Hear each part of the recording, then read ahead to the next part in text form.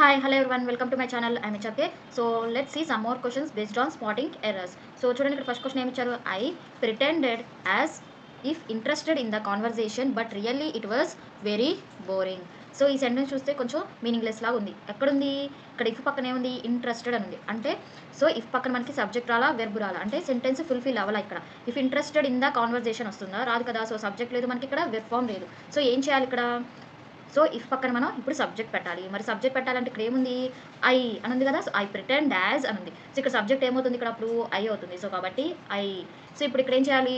Verb form పెట్టాలి. So ఇక్కడ already interested అనేది మనకి మెయిన్ వెర్బ్. ఇప్పుడు ఏం చేయాలి? మనం హెల్పింగ్ వెర్బ్ పెట్టాలి. హెల్పింగ్ వెర్బ్ ఏం పెట్టాలి? ఈజా, యామా, ఆరా, వజ్జా, వర్రా, ఇవన్నీ చూడాలి కదా.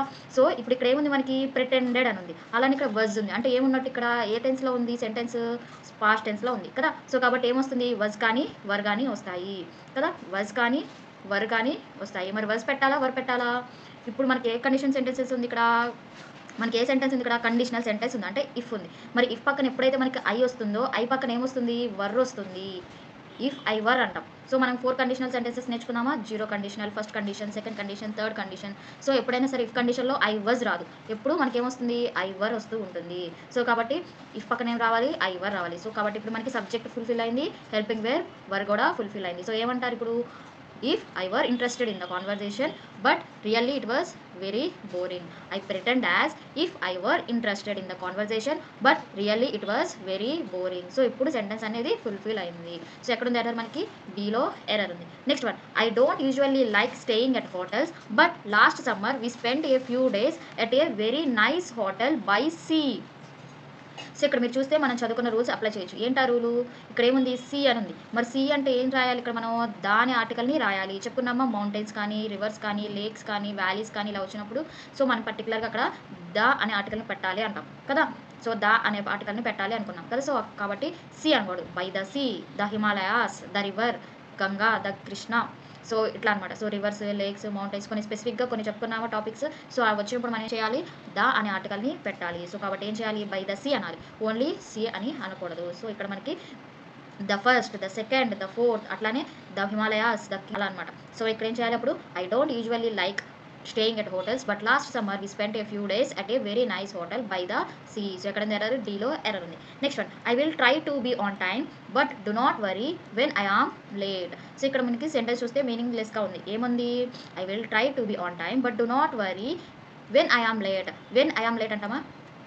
నేను టైంకి వస్తాను, నువ్వేం వరీ అవ్వు మాకు, ఎప్పుడైతే నేను లేట్గా వస్తాను అని ఉందా ఇక్కడ సెంటెన్స్?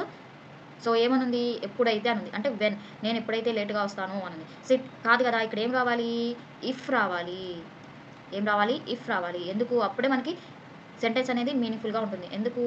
సో నేను టైంకి వస్తాను, నువ్వేం కంగారు పడ మాకు, ఒకవేళ లేట్ అయితే అని. సో లేట్ అయితే, ఒకవేళ లేట్ అయితే అనే దానికి మనం ఏం చెప్పాలి? ఇఫ్ అని చెప్పాలి కదా. కండిషనల్ చెప్పాలి. ఒకవేళ లేట్ అయితే అని. వెన్ అంటే ఏమొస్తుంది? ఎప్పుడైతే అని వస్తుంది. సో ఎప్పుడైతే లేట్గా వస్తానో అని రావాలా మీనింగ్, లేకపోతే ఒకవేళ లేట్గా వస్తే అని రావాలా? ఒకవేళ లేట్గా వస్తే అని. సో కాబట్టి ఏం రావాలి?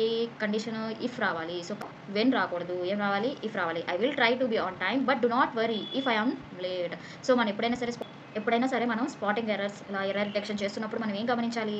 సో సెంటెన్స్ చదువుతున్నప్పుడే సెంటెన్స్ అనేది మీనింగ్ఫుల్గా ఉందా లేదా అని తెలుసుకోవాలి. లేదా మనం చదువుకున్న రూల్స్ అప్లై చేయగలుగుతున్నామా లేదా, అంటే అక్కడ ఏమన్నా మనం చదువుకున్న రూల్స్ ఏమన్నా వైలేట్ చేస్తున్నాయా అని. సో కాబట్టి ఓన్లీ 2 కండిషన్స్ అండి. ఒకటి మీనింగ్ఫుల్గా ఉందా లేదా సెంటెన్స్ మనం చదువుతున్నప్పుడు, లేదా మనం రూల్స్ చదువుకున్నాం కదా, ఆ రూల్స్ అప్లికబుల్ అవుతున్నాయా లేదా అని చూసుకుంటే చాలు. ఈజీగా మనం స్పాటింగ్ ఎర్రర్స్ని ఫైండ్ అవుట్ చేయొచ్చు, ఈజీగా ఆన్సర్ చేయొచ్చు. సో చూడండి ఇక్కడ ఏముంది? I will try to be on time but do not worry if I am late. So ఇక్కడ ఎక్కడుంది ఎర్రర్? బీలో ఎర్రర్ ఉంది. సో సెంటెన్స్ అనేది మీనింగ్ఫుల్గా లేదు. సో ఇప్పుడు ఏం ఎర్రర్ ఉంది? కంజంక్షన్ ఎర్రర్ ఉంది. అంటే వెన్ ప్లేస్లో ఏం రావాలి? ఇఫ్ రావాలి. So next one, the teacher remarked that they all had done it very badly. So ఇక్కడ చూస్తే ఏముంది? ఇక్కడ ద టీచర్ రిమార్క్ దట్, అంటే ఇక్కడ ఏం సెంటెన్స్ ఎలా ఉంది? ఇండైరెక్ట్ స్పీచ్లో ఉంది కదా. So the teacher remarked that they all had done it very badly. So ఇక్కడ చూస్తే మనకి ఎలాంటి ఎర్రరు లేదు ఈ సెంటెన్స్లో. సో ఇక్కడ ఏముంది? ఇండైరెక్ట్ స్పీచ్లో ఉంది, అంటే అంతా పాస్ట్లోనే ఉండాలి. సో కాబట్టి they all had done, so కాబట్టి పాస్ట్లోనే ఉంది. సో ఈ సెంటెన్స్లో ఎలాంటి ఎర్రరు లేదు, no error. So next question, the train is supposed to arrive at 10 AM yesterday but it was an hour late. So ఇక్కడ చూడండి మనకి ఏం కనిపించింది? ఎస్టర్డే అని కీవర్డ్ కనిపించింది కదా.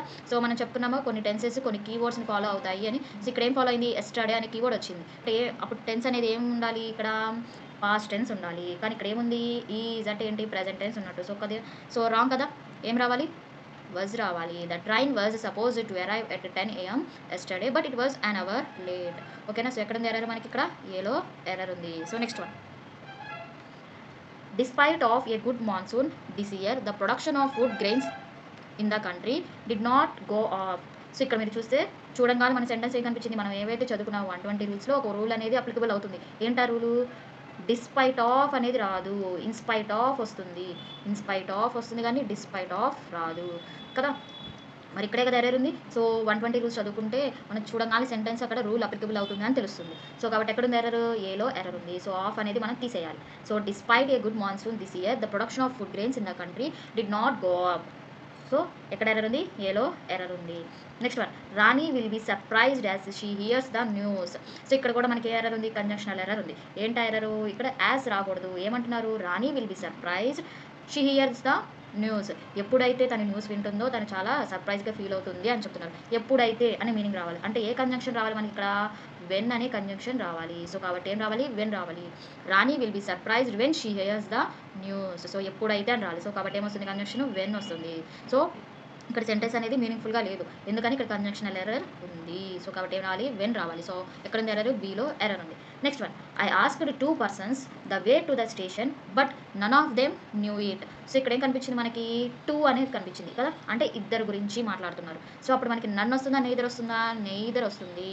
సో మనం ఆల్రెడీ రూల్లో చెప్పుకున్నాం, నెయిదర్ అనేది ఎప్పుడు యూస్ చేయాలి, 2 persons మధ్య ఉన్నప్పుడు మనం 2 things మధ్య మనం ఏం యూస్ చేయాలి, నెయిదర్ యూస్ చేయాలి. మోర్ దాన్ 2 ఉంటే చేయాలి, నన్ యూస్ చేయాలి.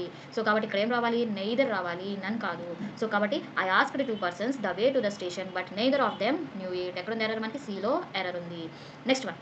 The last of the Mughal emperors of India was first imprisoned and was later sent into exile by the British.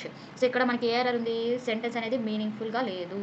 ఎందుకని, సెంట్ ఇంటూ ఎక్సైల్ కాదు, ఏమొస్తుంది, సెంట్ టు ఎక్సైల్ అనాలి.